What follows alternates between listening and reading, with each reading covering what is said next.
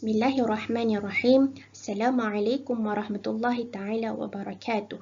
Yang mulia Cikgu Amirul bin Abdul Rahim dan rakan-rakan seperjuangan yang lain, saya Nur Hidayatul Nazurah binti Haji Sulaiman dengan nombor matriks 21LL033 ingin membuat satu resensi buku iaitu The 48 Laws of Power di dalam bab Law 35 Master the Art of Timing iaitu menguasai seni masa. Saya mulakan dengan satu kisah yang terdapat dalam buku ini iaitu mengenai Cho Yang iaitu seorang pelukis yang terkenal pada abad ke-17. Pada satu lewat tengah hari, dia ingin melawat satu bandar yang jauh. Bersamanya adalah seorang budak lelaki yang membawa beberapa keping dokumen dan kertas yang diikat dengan tali yang longgar.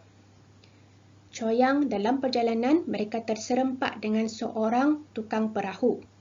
Dan dia pun berkata dan bertanya adakah mereka sempat untuk tiba ke bandar tersebut sebelum pagar ditutup memandangkan malam kian mendekat. Tukang perahu tersebut pun berkata, ya, sempat kalau kamu berjalan tidak terlalu cepat sambil memandang kepada buku yang dibawa yang diikat dengan tali yang longgar itu. Lalu mereka pun terus berjalan dan matahari mula terbenam. Cho dan budak tersebut akhirnya berjalan dengan pantas dan akhirnya mereka mula berlari. Sedang mereka berlari, tali mula putus dan dokumen pun mula bertaburan di tanah. Oleh yang demikian, mereka mengambil masa yang lama untuk mengumpul, untuk menyatukan kesemua dokumen tersebut sebelum menyambung perjalanan mereka. Dan akhirnya, ketika mereka sampai ke destinasi, hari sudah pun terlalu lewat. Dan ini bermakna mereka tidak sempat untuk memasuki bandar tersebut. Pengajaran daripada kisah ini adalah, kalau kita memaksa langkah dengan ketakutan dan tidak sabar, kita sebenarnya mencipta lebih banyak masalah dan juga mengambil masa yang lebih lama berbanding dengan masa yang sudah ditentukan. Kita sebenarnya bukanlah memperlahankan masa secara sengaja, tetapi dengan kita memperlahankan masa ianya untuk menguasai kuasa tersebut. So, dengan menguasai masa ini, kita boleh melihat lebih jauh pada masa akan datang. Kita juga boleh melawan umpan apa-apa yang disediakan di hadapan kita. Ini juga dapat memberi banyak kesempatan untuk kita menjadi lebih fleksibel. Dengan menguasai masa juga, kita tidak akan berganjak dari satu persetujuan ke persetujuan yang lain sebelum menyelesaikannya.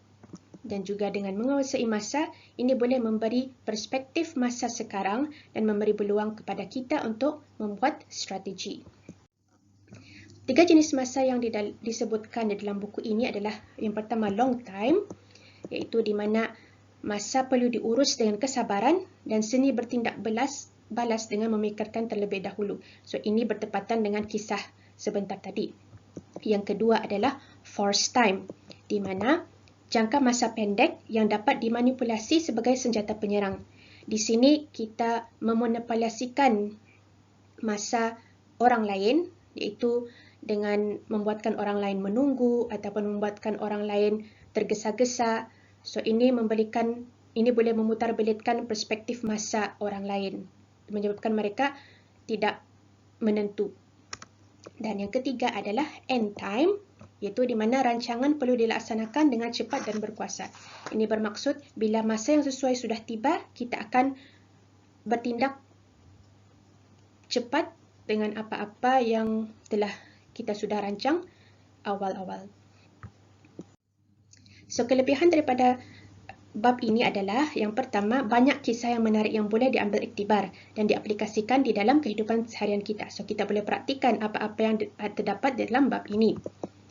Manakala penerangan yang jelas dan tersusun pula bagi setiap subtopik yang ditulis oleh penulis.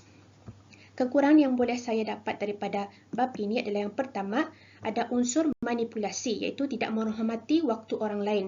So, ini sebenarnya memang tidak selari dengan ajaran agama Islam.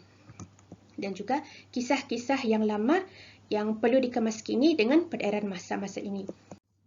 So, kesimpulannya adalah masa itu sendiri merupakan pedang. So, kalau kita tidak memotongnya, ianya lah akan memotong kita. So, sepatutnya kita menjadi tuan kepada masa dan bukan sebaliknya. dan juga kita perlu menghargai masa kerana sesungguhnya kita ini memang dalam kerugian kecuali mereka yang beriman, beramal soleh, berpesan-pesan dengan kebenaran dan kesabaran seperti mana yang termaktub dalam surah Al-Asr. Sekian itu sahaja daripada saya. Wabillahi taufiq wal hidayah. Assalamualaikum warahmatullahi taala wabarakatuh. Terima kasih.